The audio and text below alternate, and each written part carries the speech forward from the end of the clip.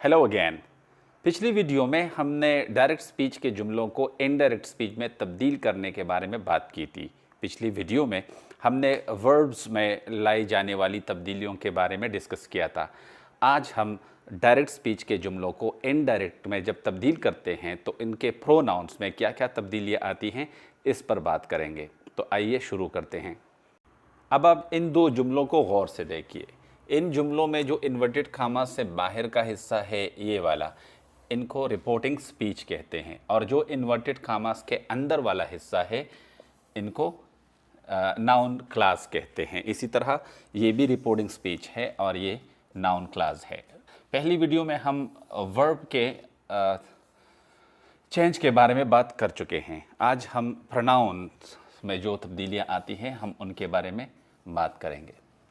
सबसे पहले जुमले को देखिए, he said to me I am happy. इस जुमले में जाहिर है कि हमने जब वर्ब का चेंज करना है तो ये आई सेकंड फॉर्म में तब्दील हो जाएगा, यानी एम सेकंड फॉर्म में तब्दील हो जाएगा, यानी एम की जगह वॉज या वर लगेगा। ये डिपेंड करेगा इससे पहले जो सब्जेक्ट है उस पर। अगर वो सब्जेक्ट सिंगुलर है तो फिर वॉज आएगा, अगर प्लूरल है तो वर आएगा। इसी तरह ये आर भी वॉज या वर में तब्दील होगा और वो डिपेंड करेगा इससे पहले आने वाले सब्जेक्ट पर। तो आइए इस पहले जुमले को तब्दील करते हैं। चूँकि सेट के बाद ऑब्जेक्ट मौजूद है इसलिए हम इस सेट को टोल्ड में तब्दील करेंगे, ही टोल्ड मी। अब हम दैट लगाकर आई को तब्दील करेंगे। अब आई कौन सा पर्सन प्रोनाउन है? ये फर्स्ट पर्सन प्रोनाउन है और आई जो है ये जुमले में एज अ सब्जेक्ट इस्तेमाल होता है। फर्स्ट पर्सन प्रोनाउन जो है वो जुमले के जो रिपोर्टिंग स्पीच है उसका जो सब्जेक्ट है उसके मुताबिक तब्दील होगा, यानी ये आई ही में तब्दील हो जाएगा। तो यहाँ पे हम आई की जगह ही लगा देंगे।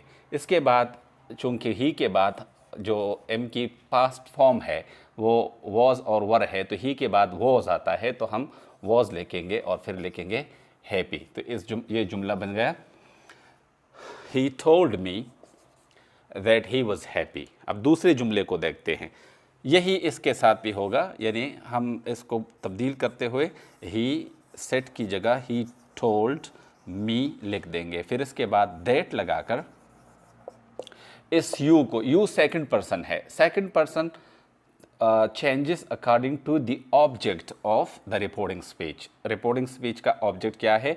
मी, लेकिन चूंकि यू सब्जेक्ट है इसलिए इस मी की भी हम सब्जेक्ट फॉर्म इस्तेमाल करेंगे। मी की सब्जेक्ट फॉर्म आई है। आई के बाद हम वॉज और वर में वॉज इस्तेमाल कर सकते हैं, तो आई वॉज लेट। तो जुमला बन गया, he told me that I was late. ये इन दो जुमलों के इनडायरेक्ट स्पीच हो गए और ये प्रोनाउन चेंज हो गया। अब प्रोनाउन चेंज के बारे में तफसील से पढ़ते हैं। आइए अब पर्सन प्रोनाउन को समझने की कोशिश करते हैं। पर्सन प्रोनाउन, जब भी हम कन्वर्सेशन में होते हैं तो हमारे पास गुफ्तगू में और कन्वर्सेशन में हमेशा तीन लोग इन्वॉल्व होते हैं। एक वो जो बात कर रहा होता है, तो जो बात कर रहा होता है उसे स्पीकर कहते हैं और उसके लिए इस्तेमाल होने वाले सारे प्रोनाउंस को फर्स्ट पर्सन प्रोनाउन कहते हैं। मिसाल के तौर पर आपके स्कूल में एक फ़ंक्शन हो रहा है, उस फंक्शन में ये जो स्टेज बना हुआ है इस पर एक डाइस लगा है, इस डाइस के पीछे एक बंदा खड़ा है जो ऑडियंस से बात कर रहा है। तो ये बंदा जब अपने बारे में बात करता है या इसके पास खड़े दूसरे लोगों को मिलाकर अपने बारे में बात करता है तो ये या तो आई इस्तेमाल करता है और या वी। तो ये दोनों स्पीकर्स के लिए इस्तेमाल होने वाले प्रोनाउंस हैं, इसलिए इनको फर्स्ट पर्सन प्रोनाउंस कहते हैं। अब ये जिन लोगों से बात कर रहा है, जो इनके सामने बैठे हैं ऑडियंस, उनके लिए ये प्रोनाउन इस्तेमाल कर रहा है यू।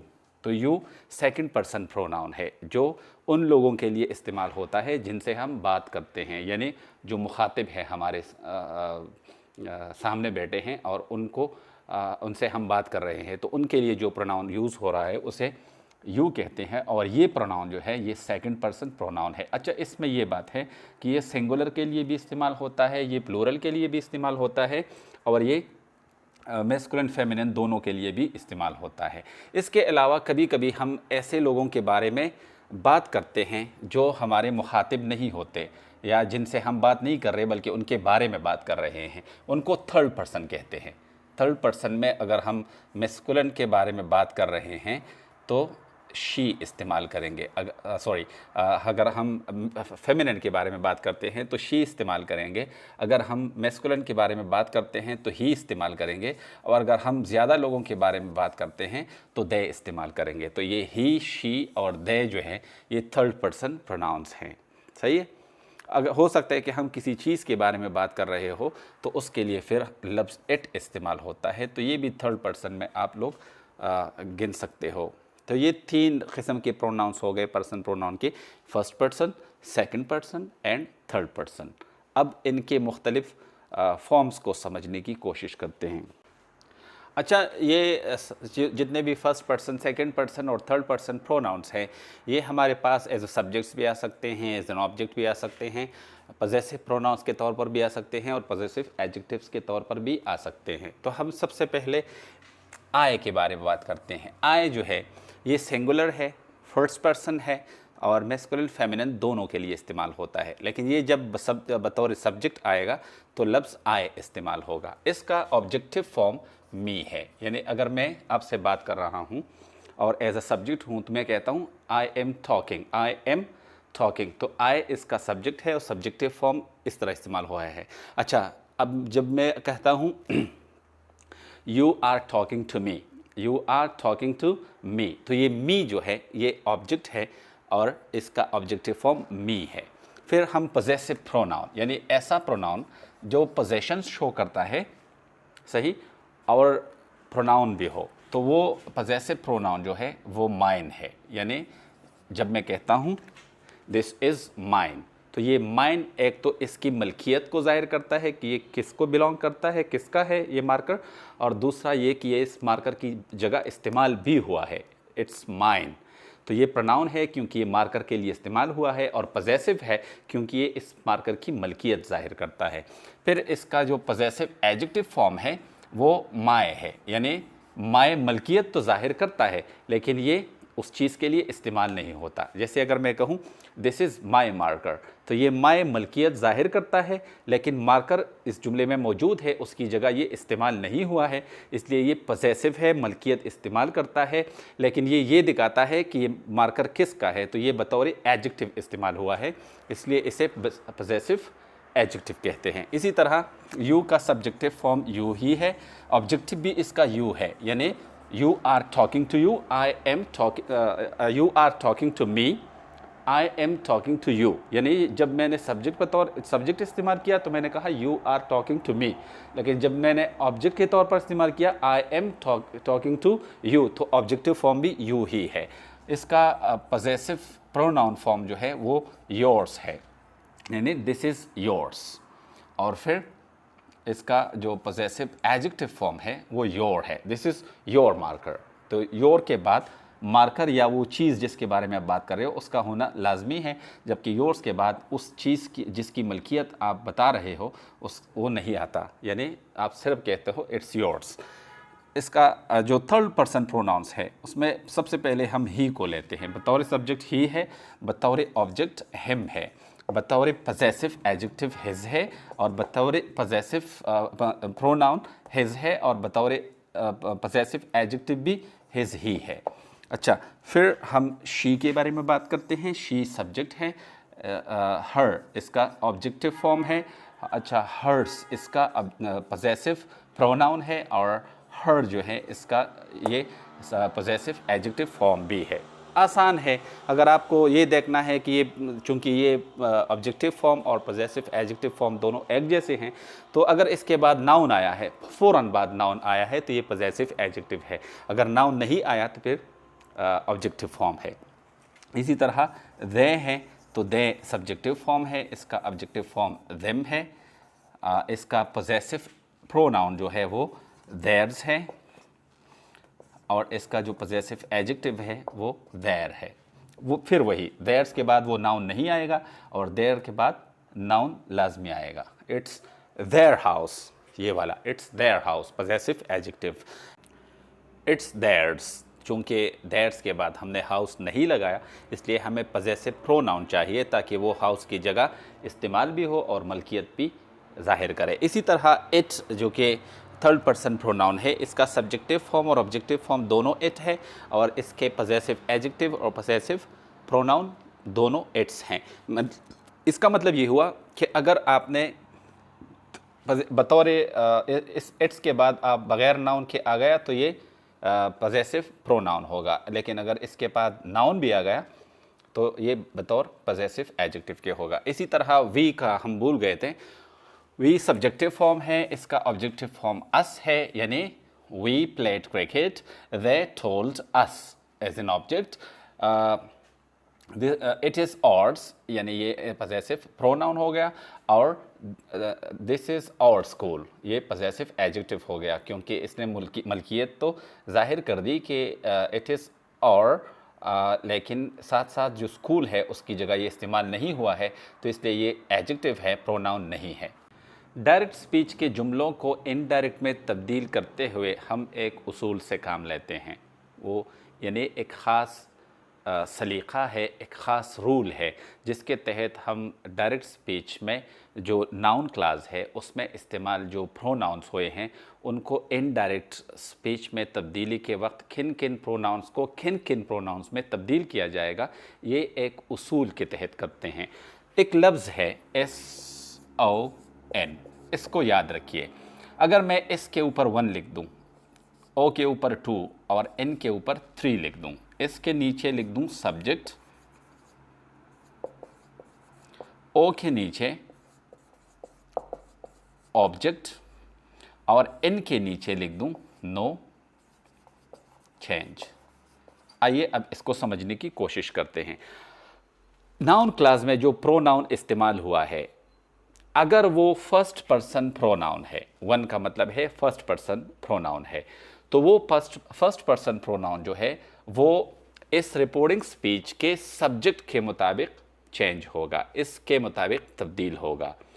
अगर वो सेकंड पर्सन प्रोनाउन है तो वो जो रिपोर्टिंग स्पीच का ऑब्जेक्ट है, ये देखिए नीचे इसका ओ लिखा हुआ है, इसके ऑब्जेक्ट के मुताबिक तब्दील होगा।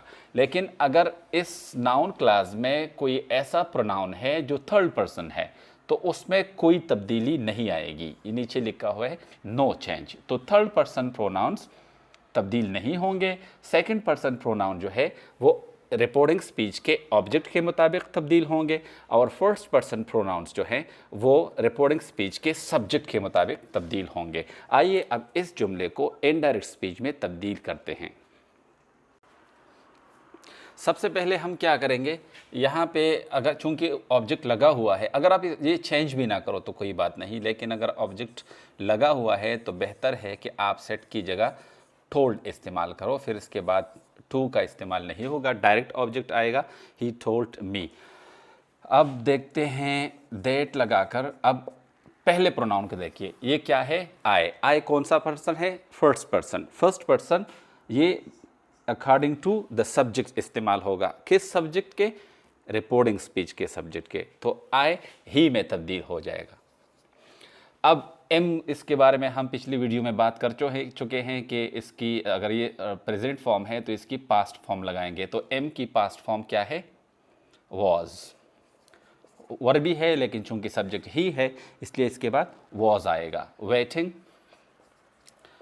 अब इसके बाद for, waiting for you. You कौन सा पर्सन है, यू सेकंड पर्सन है और second person according to the object, किसके ऑब्जेक्ट, डायरेक्ट स्पीच के ऑब्जेक्ट, तो ये यू जो है इसके मुताबिक चेंज होगा। अच्छा, ये मी कौन सा पर्सन है, फर्स्ट, तो ये इसमें इस्तेमाल, I was, he was waiting for, you की जगह मी आ जाएगा। देखिए अब एंड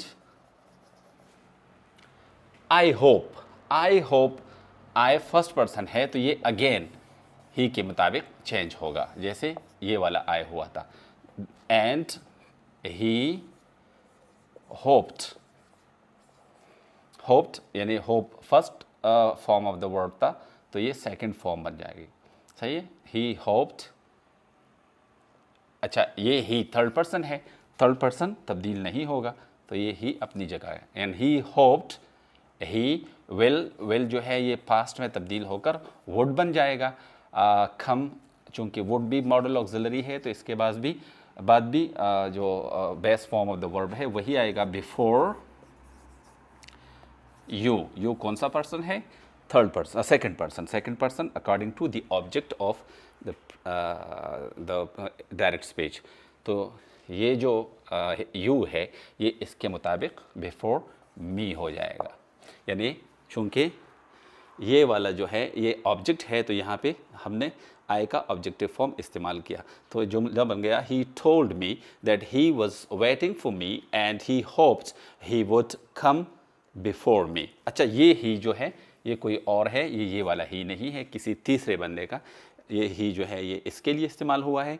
और ये जो है जो थर्ड पर्सन है वो होप करता है कि वो मुझसे पहले आ जाएगा। सही है, तो ये हमने इस जुमले को इनडायरेक्ट में तब्दील किया। फिर हमने प्रोनाउन चेंजेस के उसूलों के बारे में बात की और उसके ज़रिए फर्स्ट पर्सन, सेकंड पर्सन और थर्ड पर्सन तीनों की तब्दीली भी कर ली और ये जुमला इस तरह से बन गया। आइए अब इस जुमले को इनडायरेक्ट में तब्दील करने की कोशिश करते हैं। My father said to us, my father told us that. You कौन सा प्रोनाउन है? Second person is changed according to the object of the reporting speech. तो ये अस का जो सब्जेक्टिव फॉर्म है उसमें तब्दील हो जाएगा, यानी वी बन जाएगा। अच्छा, यहाँ पे अस है, यहाँ पे हमने वी क्यों लगाया?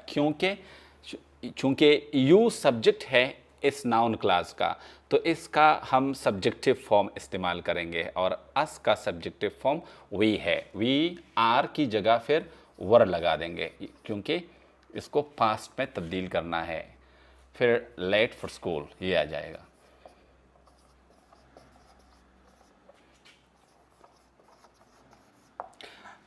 अच्छा, इस वीडियो में हमने प्रोनाउन चेंज के बारे में बात कर ली। पिछले वीडियो में हम वर्ब के फॉर्म में जो हम तब्दीलियाँ लाते हैं उसके बारे में हमने बात की थी। अगली वीडियो में हम मुख्तलिफ़ जुमलों को, यानी ये तो हम सिर्फ अफर्मेटिव सेंटेंसेस को डायरेक्ट से इनडायरेक्ट में तब्दील करने के बारे में बात कर रहे हैं।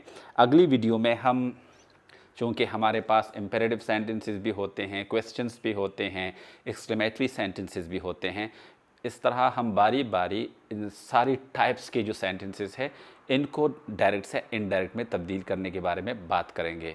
फिर मिलेंगे। Good bye.